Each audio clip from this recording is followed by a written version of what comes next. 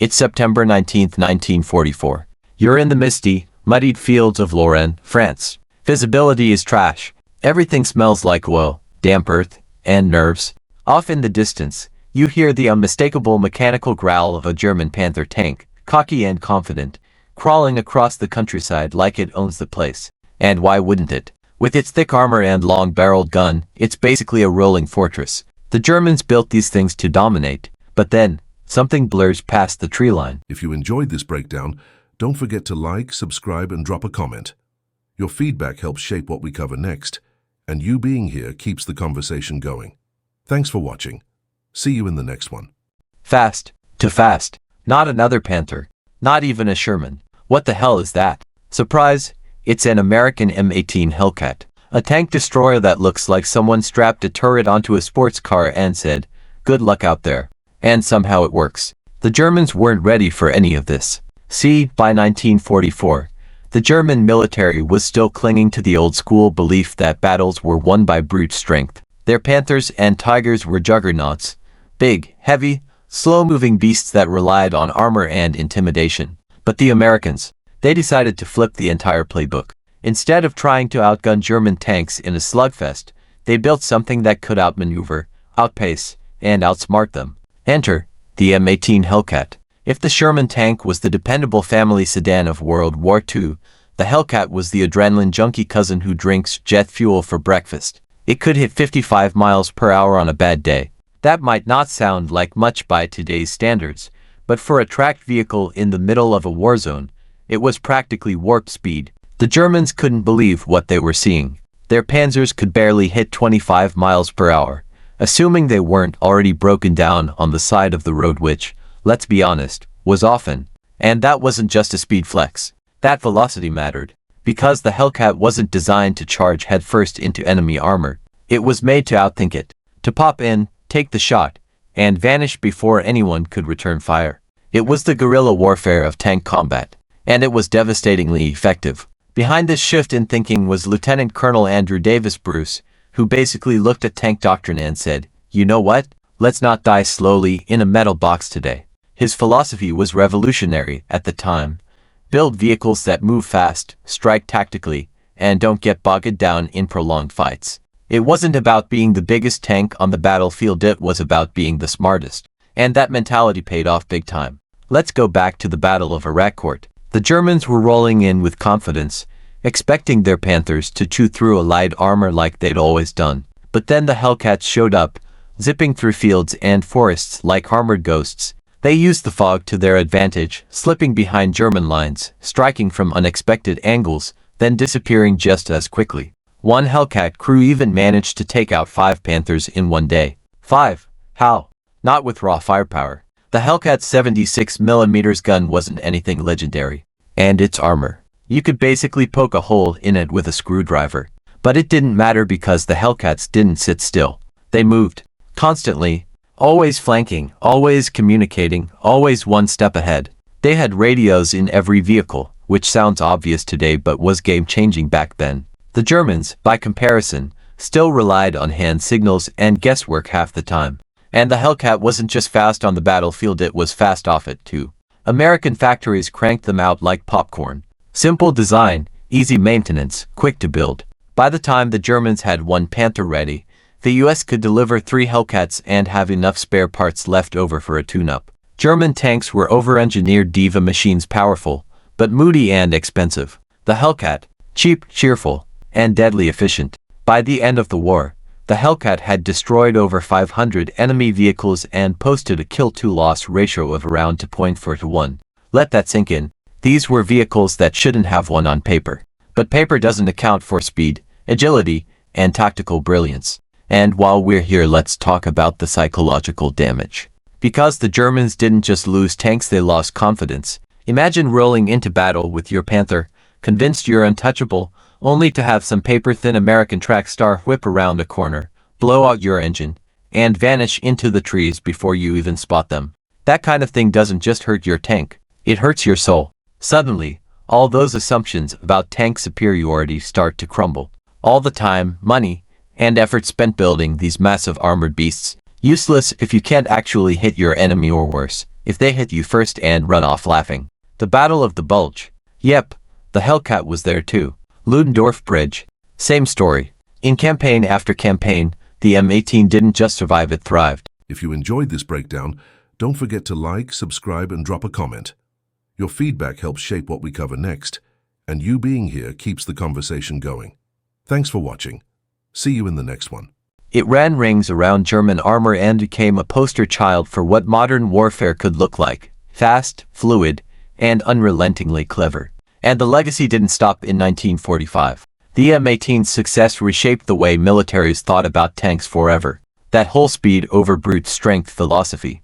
It lives on in tanks like the M1 Abrams and even the German Leopard 2. You know the irony of Germany now building tanks inspired, at least in part, by the thing that outran their Panzers. Delicious. Because here's the deal. The Hellcat wasn't just a war machine.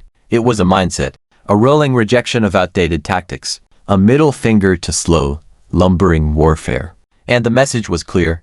Adapt, or get left in the dust. So let's hand out some awards. Most likely to drift into battle. The M18 Hellcat. Worst engine-to-weight ratio. Every German heavy tank ever. Biggest ego check. German command watching Panthers get smoked by a glorified go-kart. Best supporting role in a battlefield meltdown. American radio operators coordinating 3 Hellcats to wipe an entire Panzer column. In the end, the Germans were absolutely blindsided not just by a faster vehicle, but by a faster way of thinking. They had built tanks for yesterday's war. America, with the Hellcat, was already fighting tomorrow's. If there's one thing the M18 proved, it's this. You don't have to be the biggest to win. You just have to be faster, smarter, and bold enough to play by different rules. And honestly, that lesson goes way beyond tanks. If you're into wild military pivots, unexpected victories, and stories where the underdog literally outruns the top dog, this one's for you. But now it's your turn. Drop your thoughts in the comments.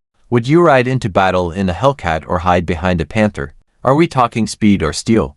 And if you want more historical drama with a twist, you know what to do. Like, subscribe, and share this with the one friend who still thinks heavy tanks always win.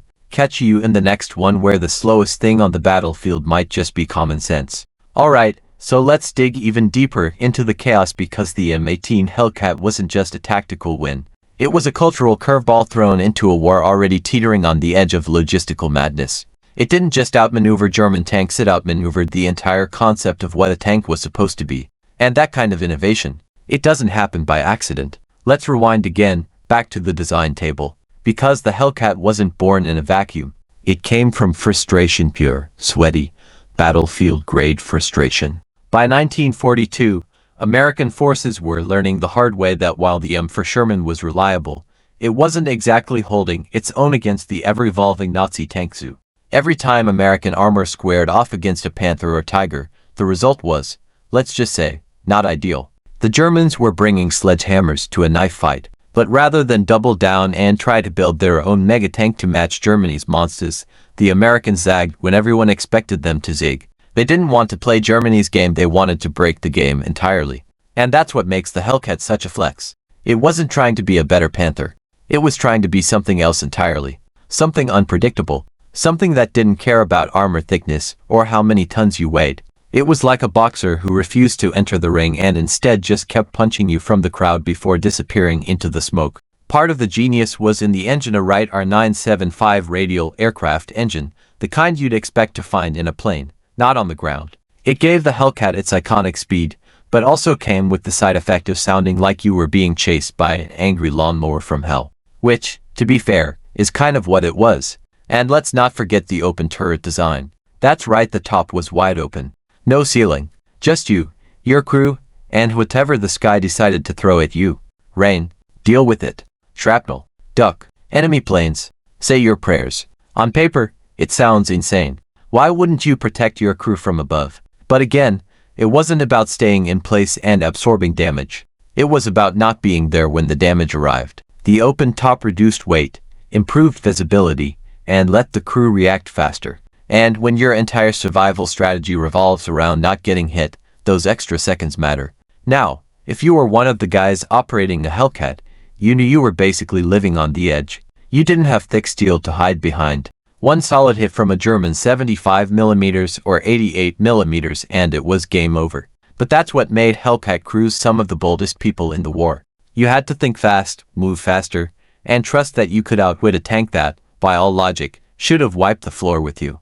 And here's the twist that really made the Germans squirm. The Hellcat crews knew they had the edge.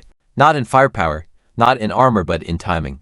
It was like they'd figured out a cheat code, and once you see the matrix, you can't unsee it. You'd see these Hellcats zip through French countryside roads, ducking behind hedgerows, repositioning 3 times in 5 minutes. 1 minute they're in front of you, the next minute they're behind you.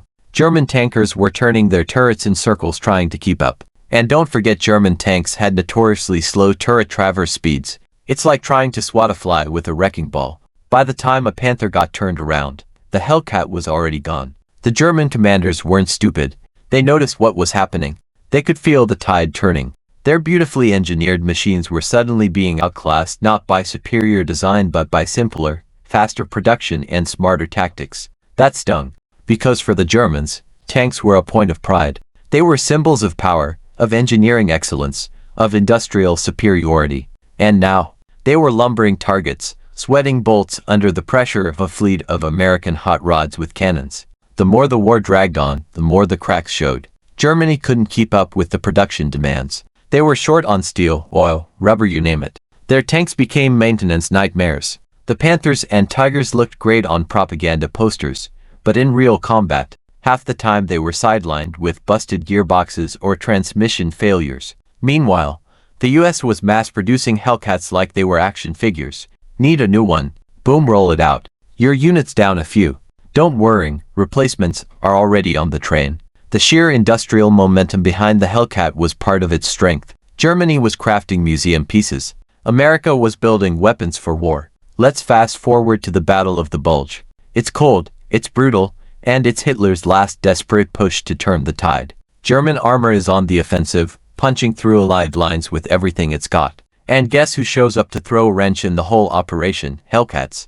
They weren't just outrunning enemy tanks, they were outracing time. Getting to key crossroads before the Germans, blocking flanks, taking pop shots, delaying entire armored columns. And they were doing it with a kind of wild, unhinged energy that German forces simply didn't know how to counter. And here's the kicker. The M18 wasn't even in production for that long. Just about 2 years. But in that short time, it changed the rules of the game. It showed that you didn't need to be the biggest dog in the fight, you just needed to be the fastest one with the best radio. You know those moments in movies where the hero looks at the enemy, shrugs, and says something like, "Let's try something crazy"? That's the M18's whole vibe. It was the underdog that ran circles around the giant and made it look easy. Even after the war, veterans on both sides couldn't forget the Hellcat. American crews sang its praises not because it made them feel invincible, but because it gave them options. It gave them control. And German veterans, many of them admitted off the record, of course, that the Hellcat forced them to rethink everything. They'd spent years perfecting the art of the heavy tank, only to get schooled by what looked like a souped-up tin can with a death wish. And let's be honest, that kind of disruption leaves a mark. The legacy of the M18 isn't just in its stats. Yes, it had a fantastic kill ratio. Yes, it outran anything on the battlefield. But more importantly, it forced a conversation. It asked a hard question. What if you're doing it all wrong? And then it answered that question loudly. Because war, as horrifying as it is, rewards innovation. The armies that adapt, that evolve, that take risks, they're the ones that survive. And the Hellcat, it was the risk that redefined an entire strategy. Now let's be real for a second. If war was a video game, the M18 Hellcat would have been the rogue class. Light armor, high agility, glass cannon vibe, zero chill. You'd pick it not because it was the safest option, but because you liked living on the edge. And if you played it right, you'd rack up kills like it was nothing. But this wasn't a game. It was World War II. And the stakes were the highest they could possibly be. That's what makes the Hellcat's story even more incredible. This wasn't some elite, one-of-a-kind prototype that only saw combat once. This was a mass-produced, gas-guzzling little demon that took the battlefield by storm, and it worked. Again and again. And the timing of its deployment.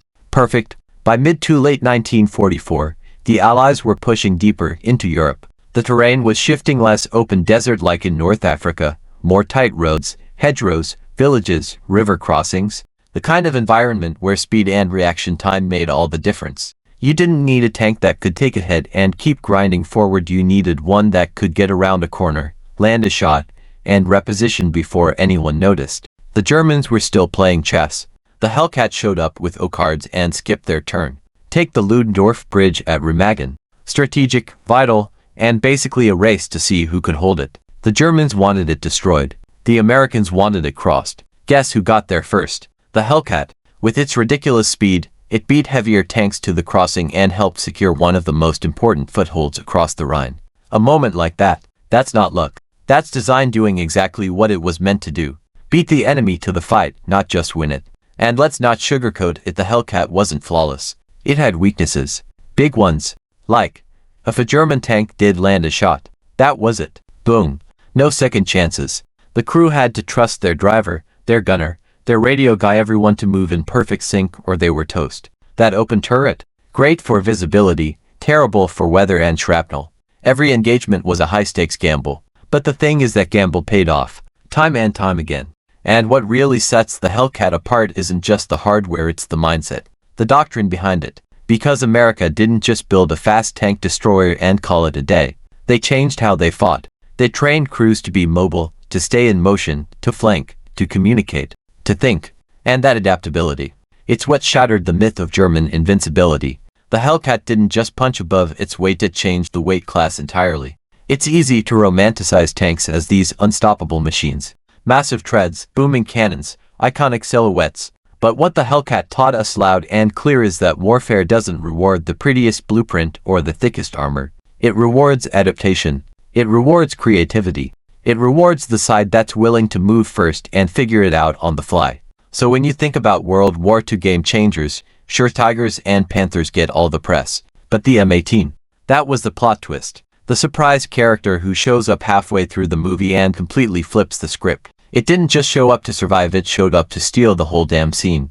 And honestly, it did. So, what do you think? Was the Hellcat the scrappy genius of the armored world, or just a lucky break wrapped in speed and boldness? Drop your hot take in the comments. And while you're here, hit that like button, share this with your history-loving crew, and make sure to subscribe if you want more of the war stories they don't teach you in textbooks. Because sometimes, the fastest thing on the battlefield is the story that outlasts the smoke. Thanks so much for watching. If you made it all the way to the end, you're officially part of the small percentage of people who don't just click away, and that means a lot.